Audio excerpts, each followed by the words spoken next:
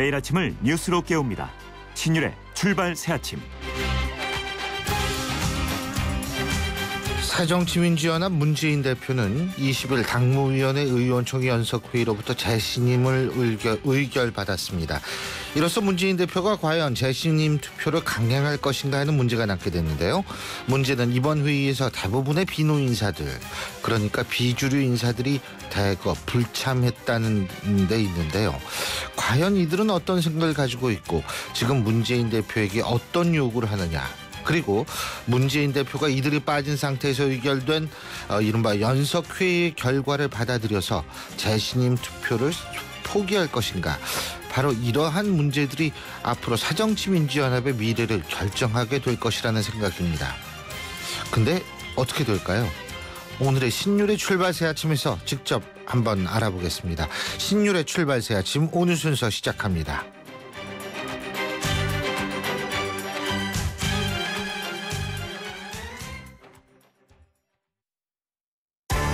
신율의 출발 새아침. 제가 지금 방금 말씀드린 대로 어제 종일 야권이 술렁거렸죠. 연석회의도 열렸지만은 안철수 전 대표 같은 경우에는 정치인문 3년 기자회견을 열었고요. 천정배 의원은 신당 창당을 선언했습니다.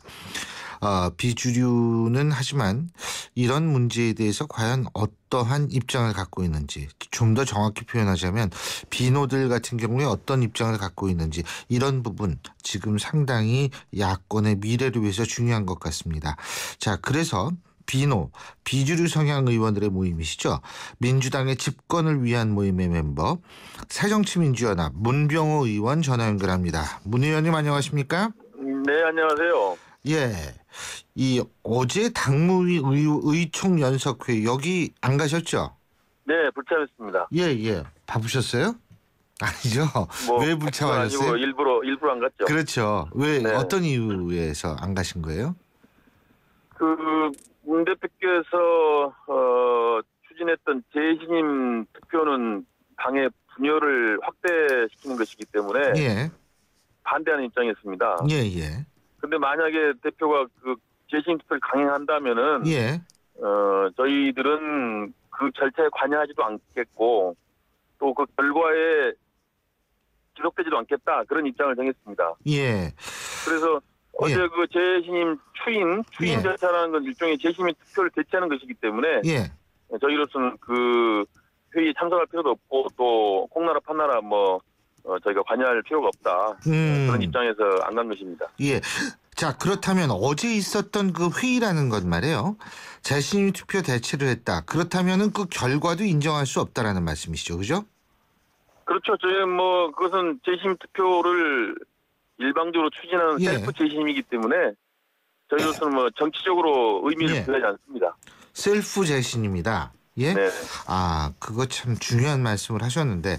저희가 재신임 투표를 요구한 게 아니거든요. 문 대표께서 스스로 그 재신임을 제안했고, 예. 일방적으로 추진해 왔기 때문에 저희는 셀프 재신임이라고 규정할 수밖에 없습니다. 예. 자, 그렇다면 문재인 대표는 이 결과를 받아들일 가능성이 높다고 보실 텐데 말이에요. 그죠? 이 어제 있었던 연석회의. 언론 보도를 보면은 그럴 것 같고요. 예. 대다수 국회의원들이 반대하기 때문에 예. 추진하시기는 어려울 걸로 보고 있습니다. 그렇군요. 그렇다면 그렇게 해서 재신임 투표를 안 하겠다 이렇게 얘기를 해도 이미 재신임 투표는 한 거나 마찬가지이기 때문에 그런 얘기도 결국 의미가 없다, 이런 생각이실 텐데요. 그죠? 그렇습니다. 저는 국민을 상대로 한 재신임 투표 했다 하더라도 예. 거기에 정치적 의미를 큰 의미를 부여할 수 없다라고 판단하고 있었습니다. 예. 그렇다면 지금 문재인 대표 같은 경우에 재신임 투표를 그러니까 또 다른 재신임 투표를 안 한다 하더라도 어떻게 해야 된다고 보세요, 그러면? 그러니까 저희가 문재인 대표를 비판하는 것은 문 대표님이 미워서 그런 게 아닙니다. 예. 총선을 앞두고 총선 승리의 비전을 보여주고 실천하신다면은 내가 당연히 박수치고 같이 해야 되겠죠. 예. 그런데 지금 알다시피 총선을 얼마 앞두지 않았는데 비관적인 전망이 많지 않습니까? 예. 그래서 당 대표로서 총선 승리를 할 수 있는 대안을 내놓으십시오. 비전을 내놓으십시오. 이렇게 제가 비판하는 것입니다. 예. 총선 승리를 위한 비전을 잘 내놓으시면은 예. 비판도 없어질 거고 재신임할 필요가 없죠. 자연히 신임이 되는 거죠. 핵심은 총선 승리에 대한 비전을 얼마나 잘 제시하고 실천하느냐가 중요한 것이지 재신임을 하고 말고가 중요한 게 아니죠. 예, 거꾸로 말하면 문재인 체제로는 총선에 이길 수 없다 이 말씀이신 것 같은데요. 그렇게 단정적으로 말씀드리기는 뭐하지만 지금 하여튼 어렵다 그러면 상황 전망이 지금 어렵지 않습니까? 그래서 예. 대표로서 뭔가 좀 혁신과 통합을 실천할 방안을 내고 또 그 살신성인한 자세도 보여야 되고요. 여러 가지 하여튼 뭐 가능한 모든 것을 다 염두에 두고 행보를 하셔야죠. 그렇군요. 근데 지금 어쨌든 문재인 대표 같은 경우에는 재신임을 받았다라고 생각하면 앞으로 계속 나아갈 텐데 이런 상황에서 비주류의 입장에서 볼 땐 상당히 좀 어려운 입장에 빠지는 거 아닌가 이런 생각도 할 수 있을 것 같은데요. 글쎄 어려운 입장에 빠지면 없을 것 같습니다. 저희가 아까도 말씀드렸지만은 저희는 뭐 문 대표님 개인에 대한 의견 표출보다는 총선 승리를 위해서 예. 비전을 제시하고 고언을 하는 것이기 때문에 앞으로도 당연히 해야 될 일이고요.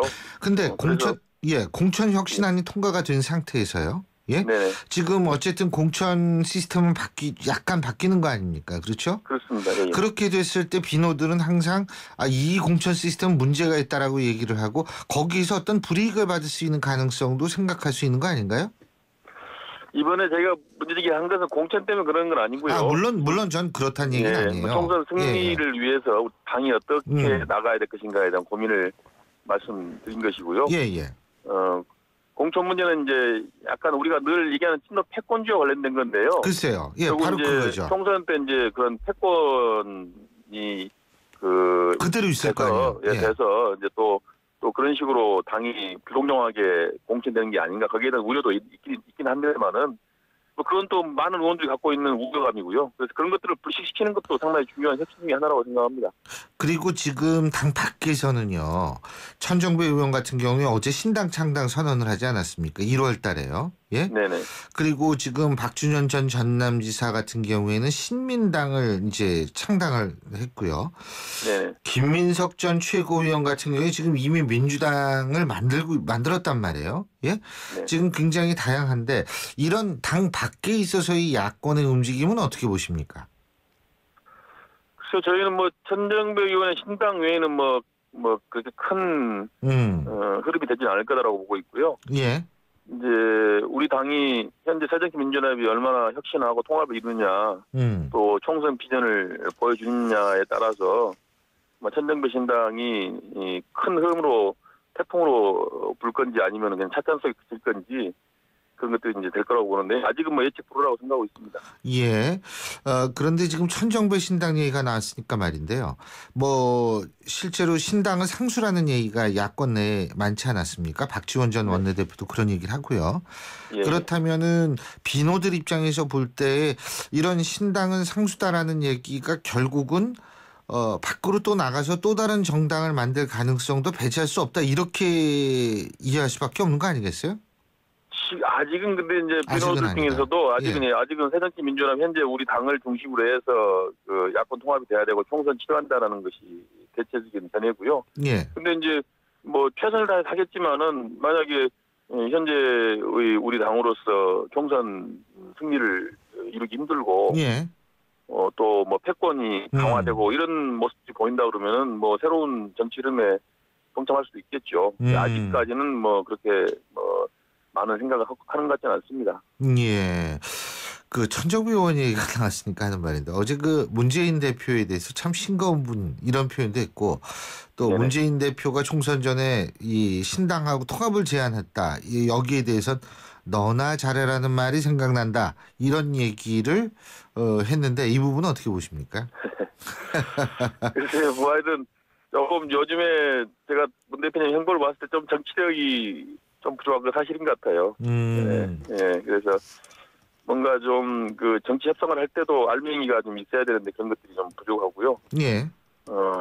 아직은 조금 이제 정치 입문한 지 얼마 안 되셔가지고 그런 것들에 대한 것들이 좀 부족한 것 같습니다. 예. 자, 그리고 당내에서는 안철수 전 대표가 요새 안철수 의원이 상당히 활발하게 문재인 대표한테 이제 얘기를 하거든요. 이런 부분에 대해서는 어떻게 보십니까? 안 대표께서 작년에 이제 합당하고 들어오셔서 당대표 하시다가 선거 때 들어오셔갖고 이제 사실은 뭐 선거에 거의 몰두하다 보니까 새로운 정치에 대한 비전도 제시를 못했다고 판단하신 것 같아요. 그래서 이번 기회에 이제 혁신과 통합을 해야 될 시기고 또 총선을 앞두고 있기 때문에 뭐 이제 안철수 대표의 색깔을 확실하게 좀 나타내 보자. 그래서 새로운 혁신의 문제 또 부패 청산의 문제 이런 것들에 대한 목소리를 강하게 내고 계십니다. 자기 목소리를 내야겠다 그렇게 판단하신 것 같아요. 뭐 제가 볼 때는 뭐 정치인들이라면 당연히 세를 의식하지 않을 수가 없고 또 적절한 시기에서 이런 얘기를 한다라는 거는 필요하다라고 볼 수 있는 부분이 전 충분하다고 생각을 하지만 중요한 거는 안철수 전 대표가 과연 그렇다면 지금 비노들의 어떤 핵심으로 어떤 또 다른 비노들의 의견에 세를 결집해서 목소리를 낼 수 있는 그럴 수 있다고 보십니까? 지금 사실은 이제 비노 의원들은 안철수 전 대표께서 비노의 대표 격이 내주십사라고 생각하고 있는데요. 오히려 안철수 전 대표께서 이제 그런 것들에 대해서 좀 부담스러워하시죠. 친노 비노의 프레임으로 따지는 우리 당에서 어느 한쪽에 속해 있다는 게 좀 대선 주자로서는 조금 부담스럽다. 그러니까 친노 비노를 뛰어넘는 좀 더 제3의 길을 가시겠다 그런 입장이신 것 같아요. 근데 친노 비노로 뛰어넘을 수가 있나요 지금? 어렵습니다. 현재 당의 이론적으로 가능한데 구조나 현재 이미 이제 국민들 사이에서 그런 프레임이 이미 굉장히 확고하게 잘 잡았기 때문에 사실은 뭐 그러니까 뭐 그렇지만 어쨌든 간에 대체로 비노 입장에 많이 서 계시는데 그것에 매몰되지 않겠다 그런 입장입니다. 그런 얘기인 것 같습니다. 알겠습니다. 그리고요. 지금 이제 아까도 문재인 대표한테 비노들의 입장에서 볼 때는 총선 승리를 위한 비전을 내놔야 된다. 이걸 지금 요구하고 계시는 것 같은데요. 그죠? 그렇습니다. 근데 그 비전 예를 들면 어떤 게 있을까요? 친노 패권주의 청산부터 시작을 해야 되나요? 그렇습니다. 그러니까 총선 승리를 위해서는 지금 답이 나와 있습니다. 혁신과 통합을 해야 된다. 혁신이라는 건 이제 이제 낡은 기득권을 청산하는 거죠. 부패 청산 같은 거 강하게 좀 드라이브를 걸어야 되고요. 그러면 뭐 기득권을 과감하게 내려놓는 게 필요하고요. 그다음에 통합이라는 것은 첫째는 패권주의가 없어져야 된다는 거고요. 그리고 이제 전체 야권이 다 하나로 합칠 수 있는 그러한 조건을 만들어야 되는데 그렇게 하려면은 지금 어떤 행보를 해야 되는가 중요하죠. 그래서 무슨 뭐 패권주의 청산이라든가 낡은 진보의 청산이라든가 또 새로운 인재 영입 문제, 또 부패 청산 이런 것들에 대한 청사진을 제시하고 실천하셔야죠. 근데 만일 그런 청사진을 제시를 한다라고 하지만 속이 보인다. 이거 도저히 받아들일 수 없다. 그러면 그때는 어떻게 하실 겁니까? 비노 입장에선? 저희로서는 어떤 문 대표가 우선이 아니고 당이 우선입니다. 선당 후사 아니겠습니까? 그래서 어떤 당이 총선에 승리하고 대선에서 승리할 수 있는 길이 있다면 그 길을 갈 수밖에 없는 것이고요. 거기에는 뭐 대표의 거침도 포함된다고 보고 있고요. 그래서 모든 것을 다 걸고 고민하고 결단하고 그 기득권을 내려놔야 된다. 또 저희 국회의원도 마찬가지 똑같은 입장으로 행보해야 한다고 생각하고 있습니다. 오늘 무슨 모임 같은 거 없으세요? 민진모라든지 저희는 모임? 매주 월요일 점심 때 오늘 점심이네요? 점심을 하고 있습니다. 지금 2년 동안 계속 매주 월요일 점심을 같이 하고 있기 때문에요.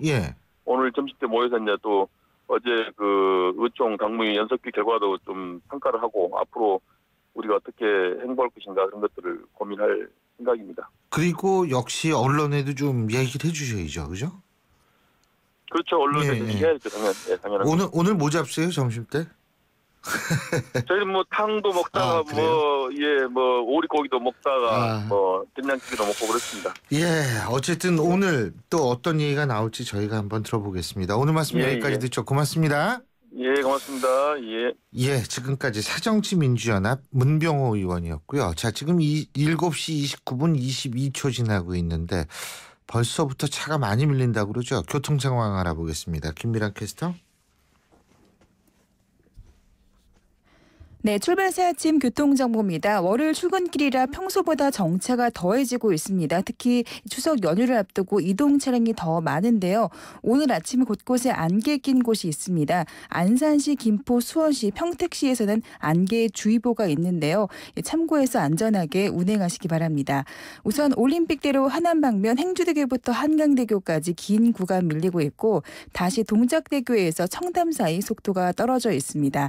나라나 강변북로 구리 방면 행주대교부터 동작대교까지 밀려 지나고 있고 성수부터 영동대교 사이도 시속 30km 미만입니다.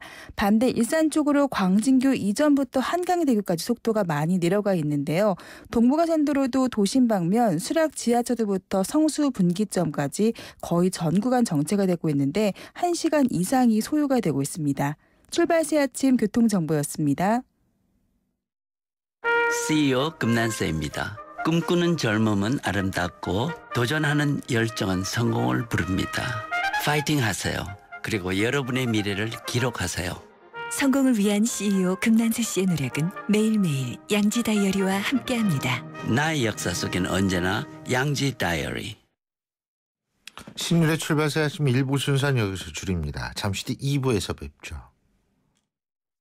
여보, 이번 주말에 나들이 갈까? 좋아요. 대신 버스 타고 가요. 출퇴근도 지하철로 하는데 나들이는 차 갖고 가지 왜? 이번 주가 친환경 교통 주간이잖아요. 이번 주는 대중교통을 이용해요. 결혼 전처럼 버스 데이트 하는 기분도 내보자고요. 그런가? 역시 내가 결혼 안 한 잘했어. 가서 자전거도 타요. 왜인지는 알죠? 알지. 자전거는 건강과 환경을 다 지킬 수 있는 친환경 교통이잖아. 9월 16일부터 22일까지 친환경 교통 주간입니다. 당신이 선택한 친환경 교통이 친환경 거리를 만듭니다. 이 캠페인은 환경부 수도권 대기 환경청과 함께합니다. 소통의 아침을 여는 공정한 목소리. 신율의 출발 새 아침.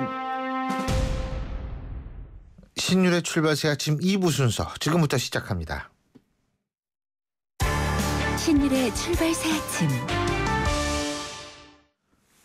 야당도 좀 시끄러웠습니다만 어제 일본 참 기가 막힌 일들이 계속 벌어지고 있는데요. 일본의 아베 신조 정권 결국 안보 법안을 강행 처리를 했고요. 그 이후에 보다 적극적인 해외 진출, 자위대의 해외에서의 역할이 이제 막 시작될 것 같습니다. 자, 이런 문제 어떻게 봐야 될지 성공회대학교 일본학과 양기호 교수 연결해서 자세하게 들어봤습니다. 양 교수님 안녕하십니까? 네, 신 교수님 안녕하세요. 예. 자, 그 안보 법안이라는 게 어떤 건지 좀 간단히 먼저 설명부터 해주시죠. 그러시죠. 예. 이제 지금까지는 일본은 이제 평화법에서 국제 분쟁을 해결하는 수단으로서 무력 사용을 영구히 포기한다 이렇게 됐기 때문에 지금은 이제 외부에서 공격이 들어오면 일본 자위대는 수비만 할 수 있었거든요. 그런데 이제 수비에 그치지 않고 해외에서 전쟁 상태 또는 이제 준전시 상태에서 지금까지는 이제 그 미일 동맹만 있었는데 미군뿐만 아니라 영국군, 프랑스군, 다른 그 유엔군도 마찬가지로 모든 지역에서 어떤 시점에서든 어떤 나라든 공동으로 해가지고 전쟁에 개입할 수 있는 그 길이 트였다. 근데 그것을 제도적으로 보장한 것이 바로 이번 통과시킨 안보법제다 이렇게 생각하시면 될 것 같습니다. 예, 그러니까 이제 자위대를 외국에 막 파병을 할 수가 있다 이런 말씀이시죠, 그죠? 그렇습니다. 이제 일본 원래는 이제 일본 국내에서 주변 사태에만 자위대가 활동하게 돼 있었는데 해외로 이제 파병할 수 있고 그리고 이제 아주 근접 해가지고 지원할 수 있는 예를 들면 탄약 수송이라든지 병력 수송. 또는 기뢰 제거 이런 것들을 직접 할 수 있는 그런 그 길이 트였습니다. 예, 그렇군요. 근데 외국에서 파병할 때 말이에요. 제가 궁금한 게 외국 그러니까 예를 들면 유엔이면 유엔, 뭐 미국이면 미국 이런 데서 파병 요청이 있을 때 보통 파병하는 거 아니에요? 네, 파병 요청이 있어야 됩니다. 그죠? 지금도 파병 요청이 있고 이제 상대방의 동의가 있어야 파병되게 돼 있고요. 그다음에 이제 우선 파병한다고 해서 이제 전투 현장에 직접 참가를 못하게 돼 있습니다. 지금도 마찬가지로. 아직도. 네, 그러니까 이제 전투 현장에서 자위대가 이렇게 뭐 대포나 탱크를 가지고 싸우는 것은 지금 평화헌법을 고치지 않는 한은 절대 불가능합니다. 그런데 이제 후방 지원을 하다 보니까 그것도 이제 기본적으로 정전이 된 상태라는 전제가 있어야 되는데 그건 상당히 지금 자의적인 판단이 가능하기 때문에 후방 지원을 하다 보니까 그 후방에서 예를 들면 탄약을 수송한다. 그러면 이제 상대국에서 공격할 가능성이 분명히 있거든요. 그러면 이제 자위대의 전사자가 나올 수도 있고 그리고 이제 전시 상태에 이제 자위대가 개입할 경우에는 예를 들면 이제 지금 해외에서 활동 중인 일본의 시민단체 활동가가 굉장히 많습니다. 예. 이런 사람들은 지금 그 말하자면 상당히 이제 테러라든지 또는 납치 위협에 이렇게 그렇죠. 노출되면서 일본인들, 자국민들이 또는 자위대가 이렇게 전쟁에 말려들어가지고 사망할 가능성은 굉장히 높아졌다. 전사할 가능성도 높아졌다. 이렇게 볼 수 있습니다. 아, 그렇군요.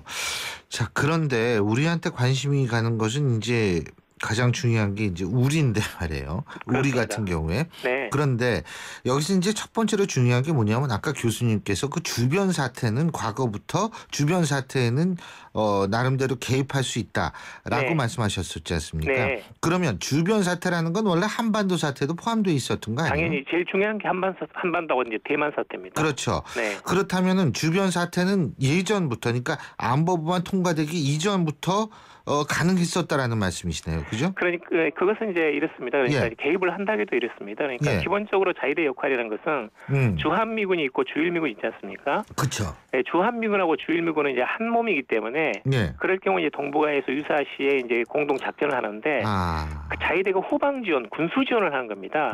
자위대가 직접 그 전쟁에 개입하는 것은 아닙니다. 네네. 아, 그렇군요. 자, 그런데 지금 이제 법이 바뀌면은 그러면은 과거하고 어떻게 달라질 수 있다는 겁니까? 그러니까 지금까지는 이제 그 예를 들면 한반도 사태에서는 예를 들면 자위대가 그 한국에 거주하고 있는 약 5만 명의 일본인에 대해서는 피난을 시켜야 되는데 거기에 대해서는 어떤 것도 할 수가 없었거든요. 아, 과거에는. 네, 그렇습니다. 근데 이제 이번에 이제 안보법제가 정비가 되면서 자위대법에 그 해외 일본인 구출 임무가 부여가 됐습니다. 그러니까 이제 국내 5만 명이 있는 일본인들이 이제 예를 들면 한반도 유사시에 이제 탈출해야 되는데 원래 지금 상정한 시나리오는 여기 한국에 있는 주한미군이 비행기 또는 이제 함정을 이용을 해가지고 일본인들을 탈출시키게 돼 있거든요. 그것을 지원하는 업무에 자위대가 직접 개입할 수 있기 때문에 그 이제 그 한계라든지 범위라든지 그게 좀 애매합니다. 예를 들면 이제 부산 앞바다에 자위대 함정에 와가지고 피난 온 일본인들을 수송을 해야 되거든요. 그럴 경우에 이제 영해에 어느 정도까지 들어와가지고 또는 그 한국 해군에 어느 정도 지원을 받아가지고 탈출시킬 것인가. 그런 것들은 지금 전혀 이제 그 구체적인 논의가 된 바가 없기 때문에 이전에는 이제 이런 걸 이제 한국에서도 상당히 이제 민감한 문제이기 때문에 고민할 필요가 없었는데요. 지금은 이제 일본 안보법제에서는 그 임무가 부여가 됐기 때문에 자위대 구출 임무가 발생했거든요. 거기에 대해서는 한국도 구체적으로 어떻게 할 것인가에 대해서 미군을 중간에 두고 다시 이제 면밀하게 좀 고민을 해봐야 됩니다.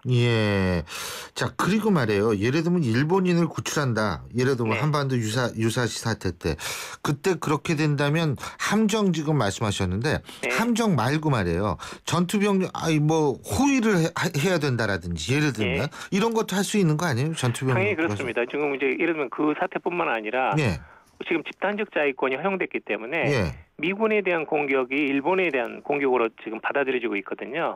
그게 집단 자위권이거든요. 그러니까 이제 예를 들면 동해상에서 초계 중인 그 미군 함정이 구축함이 북한의 미사일을 받아가지고 피격당했다. 그럴 경우에는 이제 일본에 대한 공격으로 간주해가지고 일본 자위대는 반격할 수 있습니다.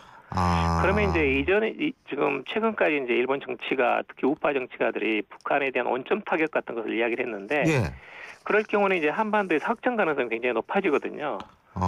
그런데 이제 원칙적으로 지금 그 지난 5월달에 국방장관 한일 간의 국방장관 회담에서도 마찬가지였고, 그 다음에 이제 그 우리나라 이제 그 합참의장에 해당하는 통합 막료장이 이제 그 미국에서 발언한 게 있는데, 원칙적으로 일본의 경우는 군수 지원만 한다. 일본은 절대 한반도 전쟁에 직접 개입은 하지 않는다. 이렇게 지금 이야기한 바 있어서, 그리고 이제 한국도 한국이 아니고 한반도에 일어나는 모든 사태에 대해서는 반드시 한국의 요구가 있어야 일본이 들어올 수 있다. 한국의 동의가 있어야 된다는 걸 지금 전제를 하고 있기 때문에 그 상황은 상정하고 있지 않지만 기본적으로 전쟁이라는 것은 언제 어떻게 될지 모르는 게 아닙니까? 그렇죠. 그리고 일본도 이제 자국민이 피해를 당했을 경우에는 이건 지금의 어떤 평화법 규정 하에서도 얼마든지 이제 개별적 자위권을 동원을 해가지고 반격할 수 있게 돼 있거든요.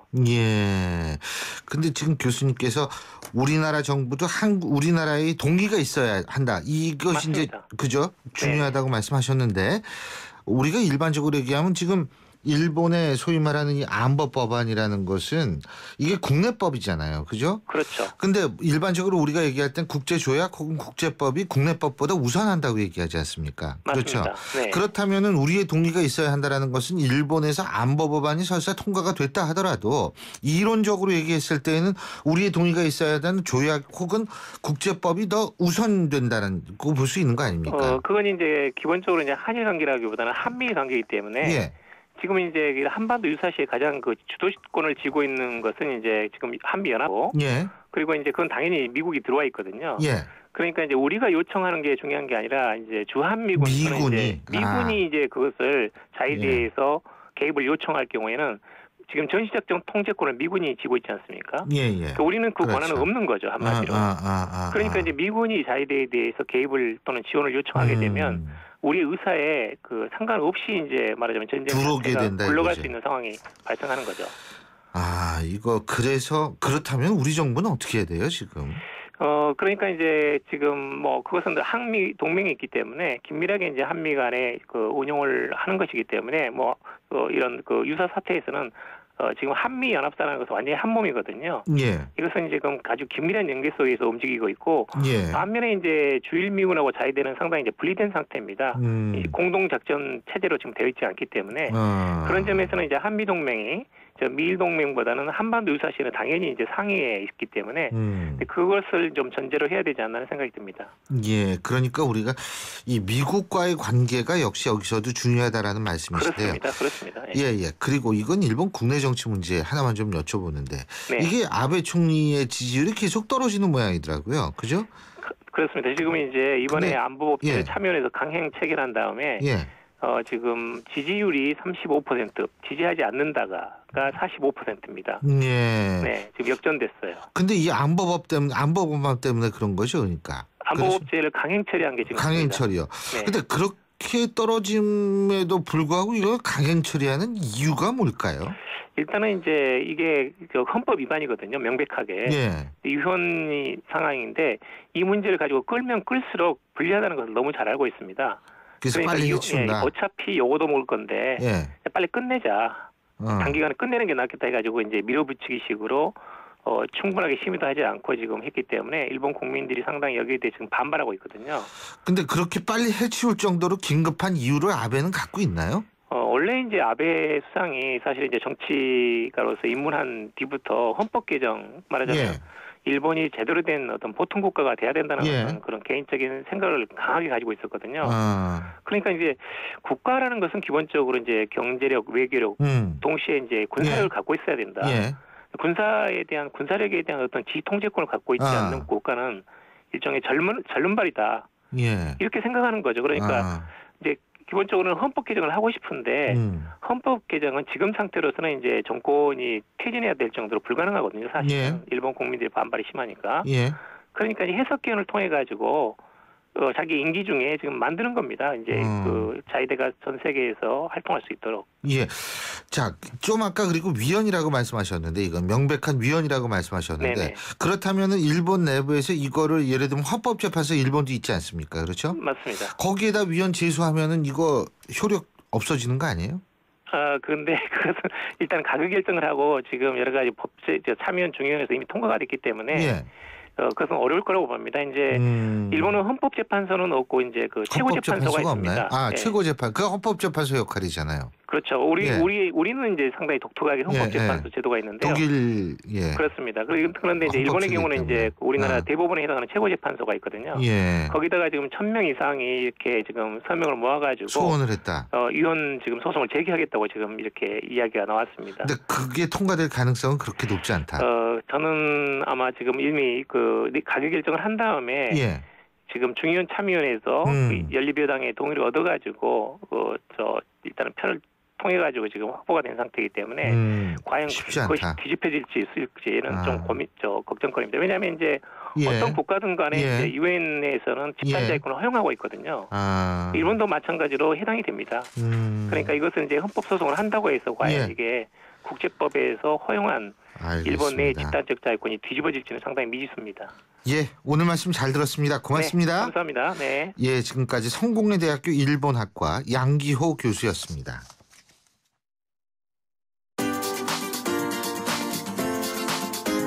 YTN 뉴스 FM 신율의 출발 새 아침. 댓글로 보는 뉴스. 댓글로 보는 뉴스 순서인데요. 오늘도 YTN 플러스 최영아 기자 함께하겠습니다. 어서 오십시오. 안녕하세요. 예, 오늘 제일 관심이 많은 뉴스 어떤 건가요? 네, 잊을만 하면 등장하는 4대강 기사인데요. 예. 4대강 수중조사를 해봤더니 4계보 29개 지점에서 물이 새는 것으로 YTN 취재 결과 드러났습니다. 예. 네, 창녕 함안보는 1년 사이 11,000제곱미터 면적의 구조물이 쓸려 내려간 것으로 확인됐는데요. 예. 안전성은 물론 유지 보수를 위한 비용 문제까지 4대강에 대한 근본적인 대책을 마련해야 한다는 지적입니다. 누리꾼들은 나라에 돈이 없는 게 아니라 도둑이 많은 거라고 지적을 하셨고요. 예. 이런 데 들어가는 돈으로 불우이웃 돕기를 했으면 하는 심정이다. 이런 분도 있었고 사람이 아무도 안 갈 만한 곳에 자전거길, 산책길 만든다. 돈 낭비도 이런 돈 낭비가 없다. 이렇게 얘기하신 분도 있었네요. 예. 4대강이 4대 문제로 등장하면 곤란한데. 예. 자, 다음 뉴스 어떤 겁니까? 네, 용감한 시민의 대한 얘기인데요. 예. 보행자를 치고 달아나는 뺑소니 운전자를 택시 기사가 끝까지 쫓아서 시민들과 함께 붙잡았습니다. 서울 도심에서 새벽에 한 승용차가 건널목을 건너던 사람을 치고 달아났는데요. 예. 사고를 목격한 택시기사 이모 씨가 그 뒤를 쫓았습니다. 예. 택시에 쫓기다 시민들이 던진 물건에 얻어맞기까지 한 승용차는 결국 길가에 멈췄는데요. 예. 택시기사 멱살을 잡고요. 시민들이 합세해서 붙잡을 수 있었습니다. 그렇군요. 네, 그래서 누리꾼들은 이 기사를 보고요. 용감한 시민상 이 택시기사분 추천합니다. 이렇게 얘기하셨고 잘못했다가는 사고가 날 수도 있는데 아무나 못할 일이다. 훌륭하십니다. 이렇게 용기의 박수를 보냈습니다. 당연하죠. 좀 아까 저도 이 YTN에서 TV에서 그 장면을 목격했는데 끔찍하더라고요. 네. 이런 사람은 진짜 이건 콩집 나야 돼요. 자, 그리고 어제 제가 참 눈여겨본 뉴스 중에 하나가 모든 장병한테 1박 2일의 특별 휴가를 특별 외박을 네. 박근혜 대통령이 준 거 아니에요? 이 건군 일의 처음이라고 그러더라고요. 그렇습니다. 추석을 맞아서 장교를 제외한 전 군 장병에게 1박 2일 특별 휴가를 주기로 한 건데요. 군 통수권자가 장병 전원에게 휴가를 준 건 말씀하신 대로 건군 일에 처음 있는 일입니다. 부사관 이하 모든 장병이 대상으로 전체 국군 67만여 명 가운데 56만여 명이 혜택을 보게 됐는데요. 청와대는 북한의 비무장지대 지뢰 도발과 포격 도발에 단호하게 대응하고 군사 대비 태세에 전념하고 있는 장병들의 노고를 치하하기 위해 마련했다. 이렇게 설명을 했습니다. 예. 누리꾼들은 병사들 사기 진작하는데 휴가만 한 게 없다. 이렇게 얘기를 하셨고 생활관에서의 환호성이 들립니다. 이런 분도 있었고요. 1박 2일의 휴가가 작아 보이지만 장병들에게는 큰 힘이 될 것 같고 예. 국군 장병들 힘내세요. 이런 누리꾼 반응이었습니다. 예, 근데 또 우리 청취자 여러분들 중에서 한꺼번에 전부 1박 2일 휴가 나가는 거 아니야? 이렇게 생각하실 텐데 그게 아니고요. 네. 자기가 쓰고 싶을 때 한 번은 쓸 수 있다라는 네, 그런 맞습니다. 의미죠. 예. 근데 어쨌든 진짜 기분 좋겠습니다. 자, 그리고 다음 뉴스 어떤 걸까요? 네, 에스컬레이터 2줄 서기 캠페인 알고 계실 텐데요. 네. 9년 만에 폐지가 됐습니다. 이 2줄 서기 캠페인은 전 세계에서 사실상 우리나라에서만 펼쳐졌는데요. 예. YTN 국민신문고에서 지난달 첫 방송에 이 현실성 없는 캠페인을 집중 보도하기도 했습니다. 그 뒤로 국민안전처는 한 줄 서기 때문에 에스컬레이터가 고장난다는 근거는 없고 정부가 줄서기 문화를 제도로 규정하는 건 타당하지 않다고 밝혔는데요. 네. 대신에 에스컬레이터에서 뛰는 이용객에게는 과태료를 부과하는 방안을 검토 중이라고 합니다. 누리꾼들은 급하면 사실 계단에서 뛰는 게 맞지 않나요? 이렇게 얘기를 하셨고 사실 가장 쓸모없는 캠페인이라고 생각했다는 분도 있었습니다. 캠페인은 폐지가 되더라도 사람들이 잘 모르는 경우가 많은데 서로 좀 배려하고 잘 지켰으면 좋겠다 이런 의견을 내셨습니다. 예. 뛰어도 과태료를 문다. 과속도 아닌데 과속인가 이건 에스컬레이터예요. 여기에 대해서 예? 여러 의견이 나뉘고 있긴 합니다. 예, 잘 알겠습니다. 오늘 소식 여기까지 듣죠. 고맙습니다. 고맙습니다. 예, 지금까지 YTN 플러스의 최영아 기자였습니다. 9월 쉐보레의 디젤 차종을 특급 조건으로 만날 수 있는 절호의 기회. 크루즈 말리부 올란도 캡티바 디젤 차량 구매 시 최대 3년 무이자 할부 또는 최대 344만 원 할인, 개별 서비스 인하분 포함. 전시장에서 드라이브 쉐보레 시승에 참여하시고 푸짐한 경품까지 받아가세요. 9월 한 달간 전시장 및 홈페이지 참조. Chevrolet, find new roads. 하나와 외환이 하나가 되어 대한민국 1등은행이 되었습니다. 이제 대한민국과 하나가 되어 세계 인류은행이 되겠습니다. 대한민국 금융 만세. 세계적인 대한민국 1등은행 KEB 하나은행. 인생만큼 소중한 당신의 자산. 공부하지 않는 PB가 제대로 관리할 수 있을까요? 8개월 합숙 교육으로 신입부터 진짜 PB로 키우는 대우증권 PB사관학교. 진짜를 키운다. KDB 대우증권. 30분째 결제창 앞에서 씨름 중인 지혜 씨께 이 노래를 바칩니다. 내어서 무엇하나 성화를 바치어 무엇하나 니나노. 쇼핑이 즐거워지니까 니나노. 간편 결제도 티머니도 페이코. 신일의 출발새 아침 2부 순서는 여기서 줄입니다. 전 8시 10분 3부에서 다시 뵙죠.